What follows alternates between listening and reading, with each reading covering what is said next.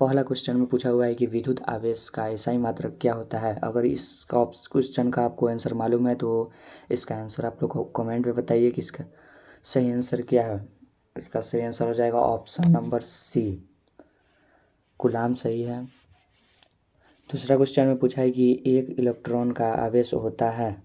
अगर इस क्वेश्चन का आंसर आपको मालूम है तो इसका आंसर कमेंट में बताइए। इसका सही आंसर है option number B, -1.6 into 10⁻⁻19 coulomb. अगला क्वेश्चन में पूछा है कि समान आवेशों के बीच बल होता है। तो इसका सही आंसर हो जाएगा ऑप्शन नंबर बी, प्रतिकर्षण बल होता है। अगला क्वेश्चन है कूलाम का नियम किसके बीच लागू होता है। तो ऑप्शन 1 में दिया हुआ है कि द्रव्यमानों के बीच, ऑप्शन बी में दिया है कि आवेशों के बीच, अगला में पूछा है वेगों के बीच और ऊर्जा के बीच। तो ऑप्शन नंबर इसका हो जाएगा ऑप्शन नंबर ए सही हो जाएगा, द्रव्यमानों के बीच। अगला क्वेश्चन में पूछा है कि कूलाम नियम के अनुसार बल बराबर बल इंटू होता है। तो ऑप्शन नंबर हो जाएगा डी, 1/दूरी स्क्वायर। अगला क्वेश्चन है कि विद्युत क्षेत्र की एसआई इकाई क्या होती है। अगर इस क्वेश्चन का आपका आंसर आपको मालूम है तो इसका आंसर आप लोग कमेंट में बताइए, क्योंकि इसका सही आंसर हो जाएगा option number A, Newton by coulomb. अगला क्वेश्चन पूछा है कि विद्युत क्षेत्र एक है। तो इसका सही आंसर हो जाएगा ऑप्शन नंबर बी, सदिश राशि है। अगला क्वेश्चन है विद्युत क्षेत्र रेखाएं किससे निकलती है। तो इसका सही आंसर दिया हुआ है ऑप्शन नंबर बी में, धनात्मक आवेश है।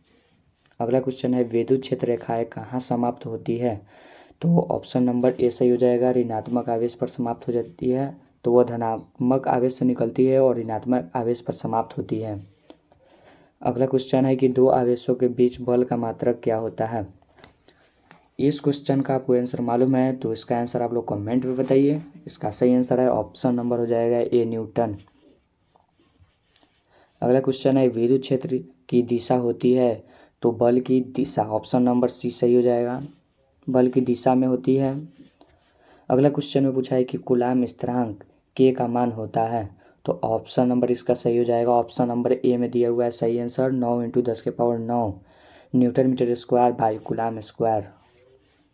अगला क्वेश्चन पूछा है कि विद्युत फ्लक्स का एसआई मात्रक क्या होता है।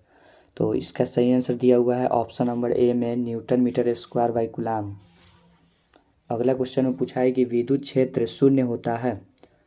तो इस क्वेश्चन का आप लोग आंसर फटाफट कमेंट में बताइए। इसका सही आंसर है ऑप्शन नंबर ए, अनंत दूरी पर ही विद्युत क्षेत्र क्या होता है, शून्य होता है। ऑप्शन नंबर ए सही हो जाएगा।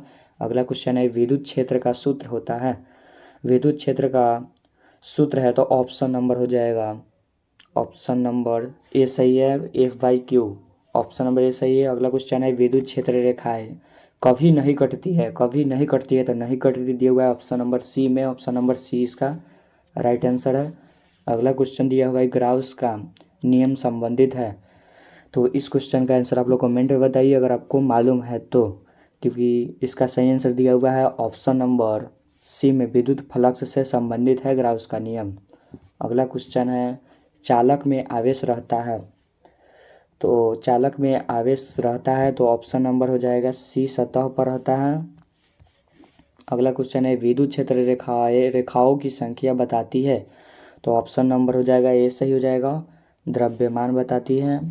अगला क्वेश्चन है विद्युत क्षेत्र का आयान है। तो अगर इस क्वेश्चन का आपको आंसर मालूम है तो कमेंट में बताइए, क्योंकि इसका सही आंसर है ऑप्शन नंबर ए में दिया हुआ है। आयान मतलब वित्तीय सूत्र mL/T² हो जाएगा। ऑप्शन नंबर हो जाएगा बी सही हो जाएगा। ऑप्शन नंबर ए गलत दिया हुआ है, ऑप्शन नंबर बी सही है। अगला क्वेश्चन है कि एक चालक के अंदर विद्युत क्षेत्र होता है। तो एक चालक के अंदर विद्युत क्षेत्र होता है, ऑप्शन नंबर सी सही हो जाएगा, शून्य होता है। अगला क्वेश्चन में पूछा हुआ है कि विद्युत क्षेत्र रेखाएं चालक की सतह पर होती है।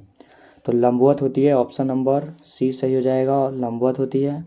अगला क्वेश्चन में है पूछा हुआ है कि परमिटिविटी का प्रतीक होता है। तो ऑप्शन नंबर बी में दिया हुआ है एप्स। तो ऑप्शन नंबर बी सही हो जाएगा, इसको बोलते हैं एप्स। अगला क्वेश्चन में पूछा हुआ है कि निर्वात की परमिटिविटी का मान क्या होता है। तो ऑप्शन नंबर ए सही हो जाएगा, दिया हुआ है 8.85 × 10⁻12 coulomb square by newton metre square. Option number A सही हो जाएगा। अगला क्वेश्चन पूछा हुआ है कि यदि दूरी 2 गुनी हो जाए तो बल होगा, तो ऑप्शन नंबर हो जाएगा डी 1/4 गुना।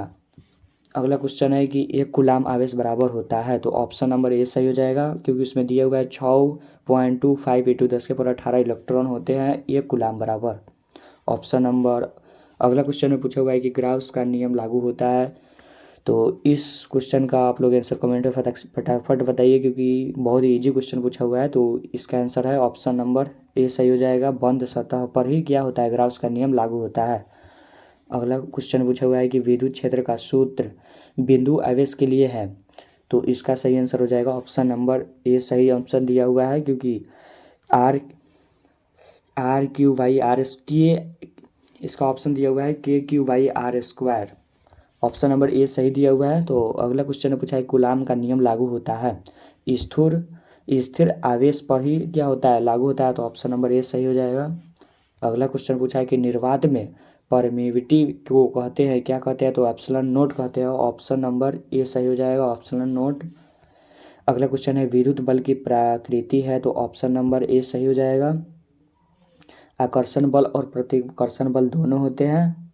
विद्युत बल की प्रकृति आकर्षण बल और प्रतिकर्षण बल दोनों होते हैं, तो ऑप्शन नंबर ए सही हो जाएगा। अगला क्वेश्चन है विद्युत फ्लक्स निर्भर करता है, तो ऑप्शन नंबर इसका हो जाएगा ऑप्शन नंबर डी सही दिया हुआ है, क्योंकि इसमें सभी ऑप्शन क्या है, सही है।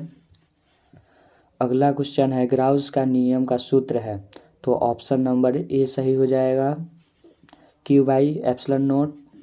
अगला क्वेश्चन है विद्युत बल एक है, क्या है, विद्युत बल एक क्या है, तो असंपर्क बल है। ऑप्शन नंबर बी हो जाएगा। तो आपको वीडियो कैसा लगा, वीडियो अच्छा लगा तो एक लाइक कर दीजिए, और इस तरह के वीडियो के लिए चैनल को सब्सक्राइब कर लीजिए। फिर मिलते हैं नेक्स्ट वीडियो में।